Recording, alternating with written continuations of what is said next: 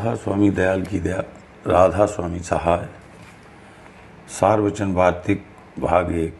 वचन परम पुष्पवंदनी कुल मालिक स्वामी जी महाराज, दफ़ा 59। परम पुष्पवंदनी स्वामी जी महाराज फरमाते हैं, जो पिछले वक्तों में ज्ञानी हुए, जैसे कि व्यास और वशिष्ठ और राम और कृष्ण, वे सब जोगेश्वर ज्ञानी थे और प्रकाशक थे और चारों साधन उनके पूरे हुए थे। और इस वास्ते वे ये कैद लगा गए कि जिसमें ये चार साधन नहीं हैं वह ज्ञानी नहीं हो सकता, बल्कि ज्ञान के ग्रंथ के पढ़ने का अधिकारी भी नहीं है। और वह चार साधन ये हैं: पहला वैराग, दूसरा विवेक, तीसरा षट संपत्ति। इसमें 6 साधन हैं। पहला सम, दूसरा दम, तीसरा उपरति, चौथा तितिक्षा, पांचवा श्रद्धा, छठा समाधानता और चौथा मुमुक्षुता। आजकल के ज्ञानियों में इनमें से एक साधन भी नजर नहीं आता। उन्होंने घर त्यागने को वैराग समझा और पोथी पढ़ने और विचारने को विवेक और षट संपत्ति को भी ऐसे ही अपने में घटा लिया कि देर अबेर भूख प्यास की बर्दाश्त है, सर्दी गर्मी की भी थोड़ी बहुत बर्दाश्त कर लेते हैं। कभी इंद्रिय और मन भी वक्त पढ़ने और विचारने पोथियों के रुक जाते हैं और ज्ञानियों से मिलना और ज्ञान के ग्रंथों के पढ़ने और पढ़ाने के शौक़ को मुमुक्षुता समझ लिया। जब ये समझ है तो अब उनसे क्या कहा जावे। इस मूर्खता पर अफसोस आता है कि मेला और तमाशा और सैर देशांतर की और नामबरी के वास्ते भंडारे करने और झंडा खड़ा करके गोल बांधने वगैरह की तो इनके चित्त में ऐसी लाग है कि रेल के खर्च के और भंडारे के खर्च के लिए अदना अदना गृहस्थियों के रूबरू दीन होकर और राजों और साहूकारों से रुपया लेकर जोड़ते हैं और फिर अपने तई वैरागवान कहते हैं।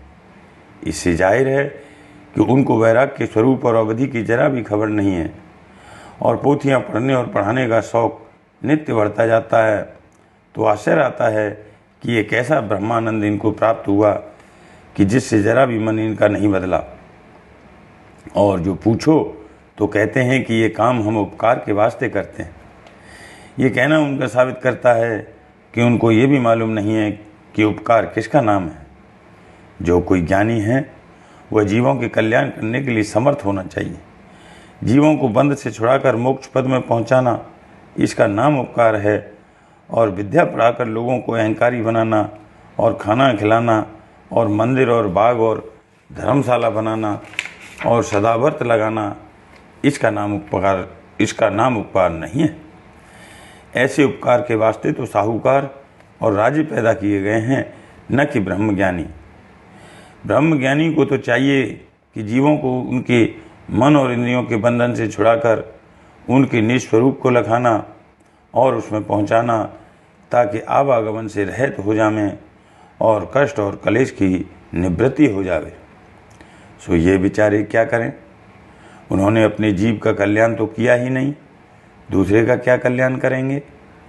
न मालूम क्या दुख पड़े या क्या आफत और घर की लड़ाई या झगड़े ने घेरा, या कि आलस और सुस्ती ने दबा लिया कि घर बार छोड़ दिया और मुफ्त में खाना और कपड़ा हासिल करने और अपनी मान और बड़ाई और पुजवाने की आशा लेकर भेष ले लिया।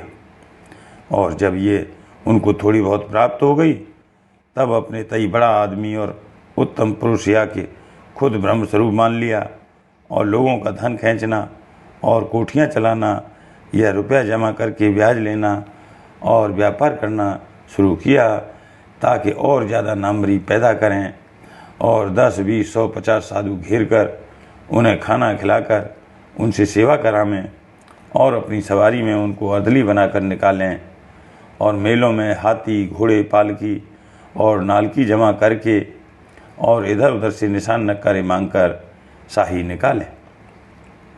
अब गौर करने का मुकाम है कि क्या ऐसे लोग ब्रह्मज्ञानी हो सकते हैं कि जिनके मन में ये हिर्स और हविस भरी है, और जब उनकी ये ख्वाहिशें पूरी होती हैं तब महामगन होते हैं और औरों पर तान और अहंकार करते हैं और अपने तई महात्मा, पंडित और विद्यावान और महंत कहलाते हैं और गृहस्थियों से मदद लेकर एक दूसरे गोल पर अपनी रौनक और जुलूस दिखाकर मान बढ़ाई चाहते हैं।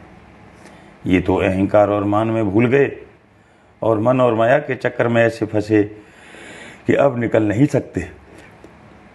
और जो कोई उनको ये कसरें उनके ज्ञान की जतावे तो उससे नाराज होकर लड़ने को तैयार होते हैं और उसको अभक्त और नास्तिक और सख्त और सुस्त कहते हैं। दफ़ा 60।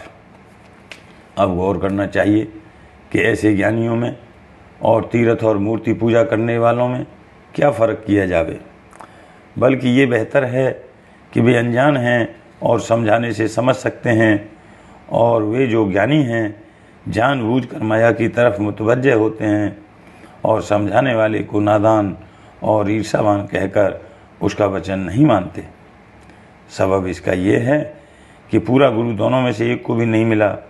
जो सदगुरु मिलते तो इनसे भक्ति मार्ग की रीत से सूरत सब योग का अभ्यास कराते, तब कैफियत आप खुल जाती।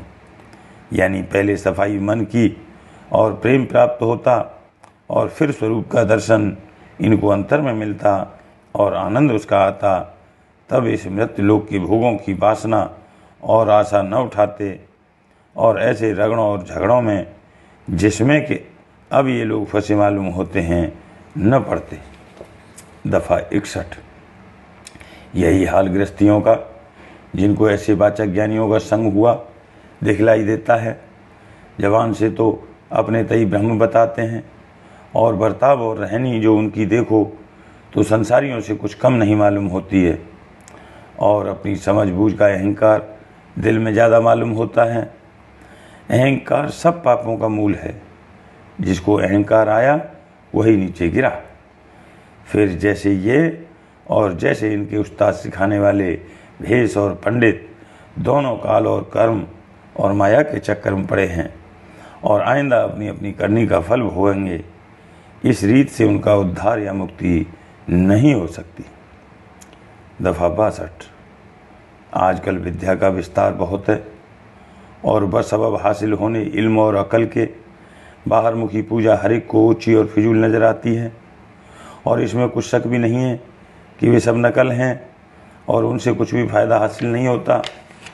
मगर इनको उस उपासना और अभ्यास की जिसमें तन और मन पर दबाव और जोर पड़ता है तलाश बहुत कम है, और न उनकी मेहनत और दिक्कत किसी को गवारा होती है। इस वास्ते कुल मतों के विद्यावान ज्ञान मत को पसंद करके उस पर एतकाद लाते हैं और वाचक ज्ञानी या सूफी या ब्रह्म ज्ञानी बनते चले जाते हैं, पर अपनी हालत को जरा भी नहीं परखते और न दूसरों से परखाते हैं, और विद्या बुद्धि की दलीलों से लोगों को कायल माकूल करने को तैयार रहते हैं। गौर का मुकाम है कि जब तक काम और क्रोध और लोभ और मोह और अहंकार मौजूद हैं तब तक पूर्ण ब्रह्म पद कैसे प्राप्त हो सकता है। अगर 2-4 ग्रंथ पढ़कर समझ लेने का नाम ब्रह्म ज्ञान है तो ऐसे ब्रह्मज्ञानी बनने में क्या मेहनत पड़ती है। हर एक शख्स जिसको किसी कदर विद्या और बुद्धि हासिल है वही ज्ञान के ग्रंथ पढ़ सकता है, पर सफाई अंतर की मन और इंद्रियों को रोककर और बात है, ये बिना योगाभ्यास के हासिल होना नामुमकिन है। दफ़ा 63। जो कोई इन ज्ञानियों से कहे कि जरा अभ्यास में बैठो और अपने स्वरूप में लगो तो मन चंचल उनको जरा भी बैठने नहीं देता है। जो सूरत सब योग का अभ्यास संतों की रीत से करते तो अपनी परख होती और मन चंचल की खबर पड़ती। सो सूरत सब योग की खबर नहीं और न योगाभ्यास की चाह है, बल्कि उसकी ज़रूरत भी नहीं समझते हैं। और इनमें से बाजों ने अभ्यास क्या मुकर्रर किया है कि जो कुछ की पोथियों में पढ़ा है उसका विचारना और अपने तई सबसे न्यारा ख्याल करना कि मैं मन नहीं, तन नहीं, इंद्रिय नहीं, पदार्थ नहीं, मैं माया से अलहदा हूँ, अजन्मा हूँ और अलिप्त हूँ और ऐसा हूँ और वैसा हूँ। और इसी ख्याल करने को अभ्यास माना है, और इसी गुनामन में जो जरा निश्चलता मन को हुई उसी को आत्मा आनंद समझा है। ऐसा आनंद तो शेख चिल्ली को भी हासिल हुआ था जब उसने ये ख्याल किया कि मैं फलाने देश का राजा हूँ और ऐसा ऐसा मेरा मकान और ऐसा जुलूस है। जब आँख खोली तो कुछ भी नहीं देखा। दफ़ा 64। गौर करके देखा जाता है तो ऐसा ही हाल इन ज्ञानियों का मालूम होता है कि अपने को ब्रह्म स्वरूप और सच्चिदानंद स्वरूप कहते हैं, और जब किसी ने कड़वा या तान का वचन कहा तो क्रोध करने को तैयार हैं, और जब कोई अच्छा पदार्थ देखा या सुना तो उसके लेने और देखने को तैयार हैं, और जो किसी ने स्तुति करी तो उससे मगन और राजी हैं, और जो किसी ने निंदा करी तो उससे नाराज होते हैं, और लड़ने और झगड़ा करने को तैयार हैं, और मन की चंचलता करके एक जगह एक देश में कभी नहीं ठहरा जाता। जो आत्मा आनंद आया होता तो क्या ये दशा होती कि देश विदेश मारे मारे फिरते और सैर और तमाशा देखने के लिए हर एक से खर्च मांगते फिरते और तीर्थों और मंदिरों में कर्मियों के संग टक्करें मारते। एक शख्स जिसके पास कुछ दाम नहीं है और जब उसको 2-4 हज़ार रुपये मिल गए तो उसी रुपये से अपना कारोबार चलाकर एक जगह आनंद से चुप होकर बैठ रहता है, और जो किसी को कोई नौकरी मिल गई तो फिर कहीं तलाश को नहीं जाता है और उसी के आनंद में मगन रहता है और अटक और भटक छोड़ देता है। ये कैसे ब्रह्मस्वरूप ज्ञानी कि अपने को ब्रह्म और आत्मा बतलाते हैं और फिर उनको इस कदर भी उस ब्रह्म और आत्मा का आनंद न मिला कि 2-4 बरस भी एक जगह बैठकर उसका रस लेते और मेला और तमाशा और बाग और मकानात और देशांतर की सैर के लिए मारे मारे न फिरते। ऐसी हालत से उनकी साफ जाहिर है कि उनका ज्ञान विद्या ज्ञान यानी बातों का ज्ञान है, असली ज्ञान नहीं है, और आत्मानंद या ब्रह्मानंद जिसकी वे ऐसी बड़ाई और सिफ्त करते हैं उनको जरा भी प्राप्त न हुआ।